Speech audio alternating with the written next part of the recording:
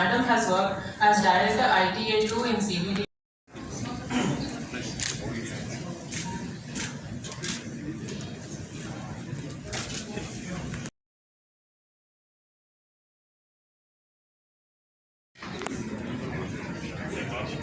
Now I request ITO Gopal Sarkar Garu to please present a statement to GCIT Madam.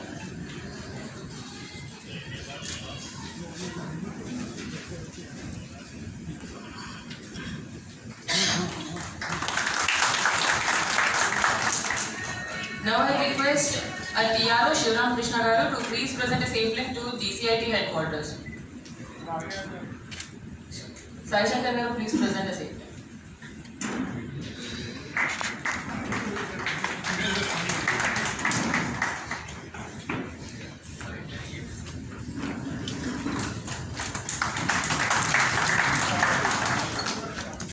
No other gathering better to discuss the issues being faced by the assessees and the requests or information which the department wants to put forward to the assessees.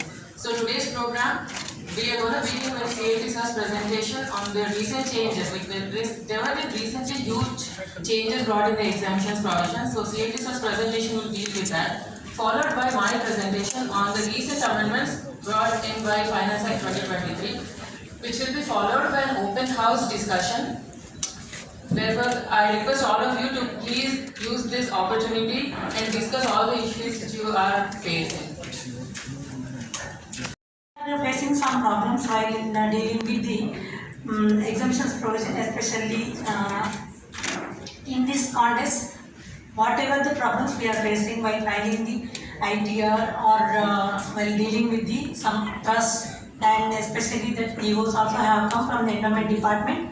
So please let us know so that Madam is here only and Madam can bring the change and she can resolve so many issues whatever we are facing at the field level. So please, I am requesting you all family members, please put forward your grievances or your problems while filing the ITR or while dealing with the trust and temples and all educational institutions. Thank you. This is RenuJauhari, ma'am. Respected the family of the income tax exemptions. Good afternoon to all of you. On behalf of the Commissioner of Income Tax Exemptions, there were so many changes that has come in the last 3 years, the financial year 2020 onwards. There are so many changes that have opened to the income tax that led to a lot of raising the queries and so many clarifications are required. And time and again, in fact last year also we have conducted, this is the first outreach program. And we are very fortunate that this very present program, the very first program in the financial year itself, is being chaired by our respected Principal Chief Commissioner of Income Tax. Ma'am, on behalf of all the participants, ma'am, I sincerely thank you for taking out your time, coming all the way from Delhi to listen to the first-hand stakeholders, what are their issues and what is to be done from the department side so that the process can be eased out. So on behalf of all the participants, on behalf of the exemptions, I sincerely thank you. And I also thank all the tax law members who have taken out time to come here. I know there is some CPA program also is going on today. Most of you have already subscribed for that and you paid the fee. But despite that, respecting our words, our invitation, you have come all the way. I thank that you have foregone your CPA hours for this program. I sincerely thank all of you.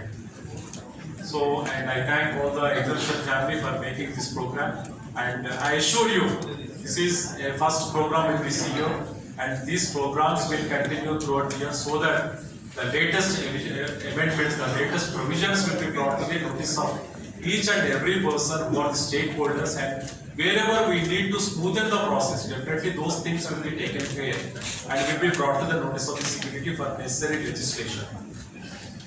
And friends, as you know, see, the whole world is digitizing, the whole world is changing, the technology is slowly taking over all our lives.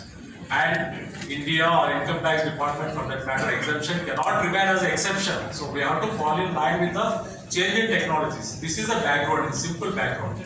So there are the cases where the people were making the applications, physically visiting the income tax offices and for the registration.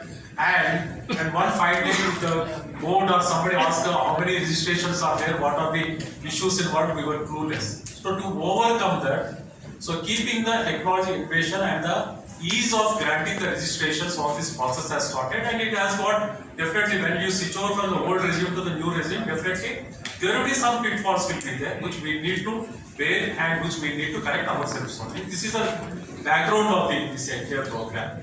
So the outreach programs which we conducted last year or which we are conducting now here, this is to reach out to the end person who is actually doing. See, there is a basic difference between an exemption one and a business provisions. Business provisions, somebody is making the profit after he paying the taxes. But ideally, a welfare state where government is supposed to do the functions of education or conducting the hospitals or whatever is there, those things somebody else is doing on behalf of the government. So we should respect that when you are working as an extended arm of the government. So definitely you have to be facilitated with proper positions so that the end benefits will be passed on to the whoever is doing. So, but all this is to be done within the framework of the law. This is the background of the entire outreach program, so that within the framework of the law, within the provisions, the whatever the charity organizations, whatever the works to be done, these are being carried out, so that the persons who are to be benefited are legally benefited. And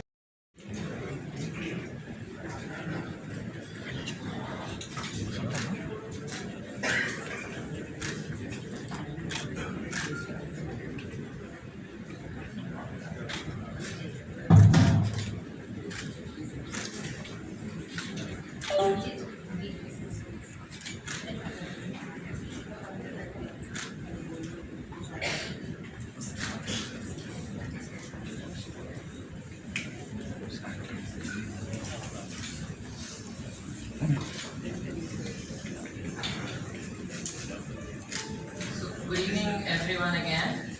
So I will be presenting and taking forward what Sir has just discussed. Sir has in a nutshell discussed about all the changes which have been brought in recently with respect to the exemption provisions which have happened over a few years.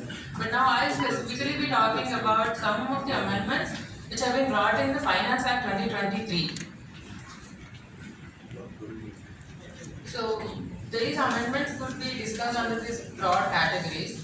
And if we have to discuss, as we all know, the actually, if you see, in the past 70 years, there is a sea change compared to the years is different, and now last 2-3 years are different. There are now so many changes have been taken place, particularly the 2022 budget and also 2023 budget. And earlier we used to file only one document when we are doing auditing of the charitable organizations. Like at the time of filing income tax return, we used to file audit report and also we used to file income tax return. Now there is a sea changes there. We used to now we have to file form number 10 by 31st August and audit report form 10 being 30th September, and income tax return is 31st October is there. In addition to this one, we have to file form number 10 BD before 31st May. Whatever the donations received from the parties, we have to file in form 10 BD with the PAN number. So it means we have to file 2 returns.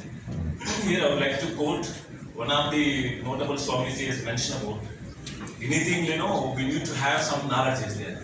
So knowledge means it's not like 20%, 30% is there. We need to have a perfect knowledge. It means we need to have a 100% knowledge when you is not handling the show, are not able to do anything. So I think financially, the people who are controlling should be sufficient enough to file. Otherwise, I will be filing. Big time will be required for that. And for the FATF thing, if the objective or if the trustees.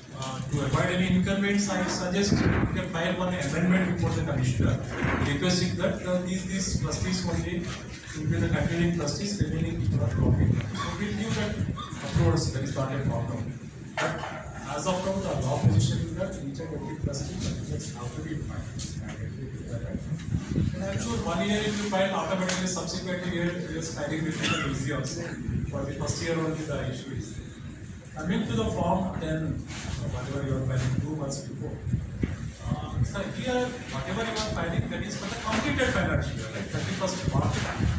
So by the time you file, let's say, let us work in the reverse way. So if you are filing in the month of June or July or August, by the time the March 31st is already over. You already have the details also, no need to cover the difference.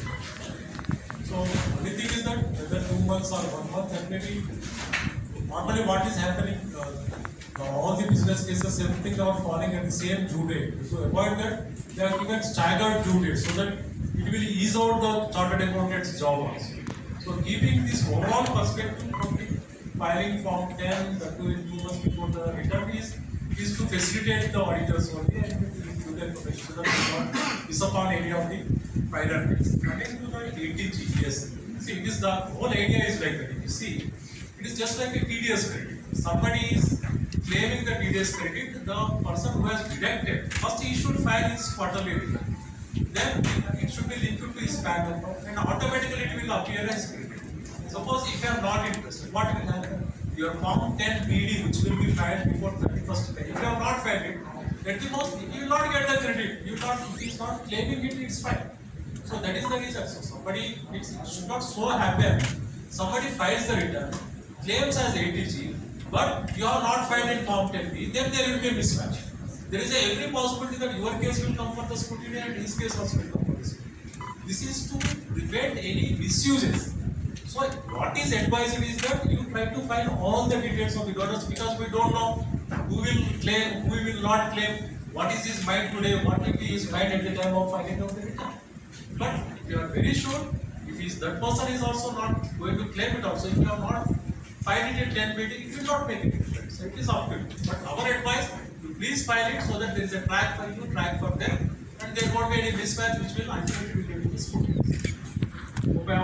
Obviously, for those who have given 80G, We do expect some relief on that. Let us wait for them to take a decision.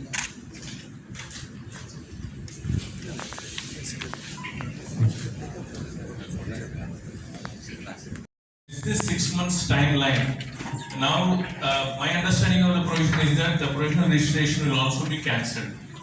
So, is there any provision? I mean, can we bring in any provision in place wherein some condonation mechanism can be brought in to allow, to file even after 6 months in genuine cases? That's the first question I have. We'll answer one after another. This issue is affecting lot many people, and we have taken it up with the CBDT. Please expect some relief on this account short, very short. Thank you. If they are missing out any information like PAN or something. Basically, why we are asking for 10 BD by month of May? Because the individuals will start filing their returns. I'm asking if we can do it on a quarterly basis during the year itself, so that it will be easy for the trust also. So waiting up to the year end, you can. Yes, sir. It's a good suggestion. Not the suggestion and forward, but to my mind, people have this complaint that there are too many compliances. So we add more compliances. It's not a correct suggestion. They will start collecting quarterly and file it But certainly we take it up.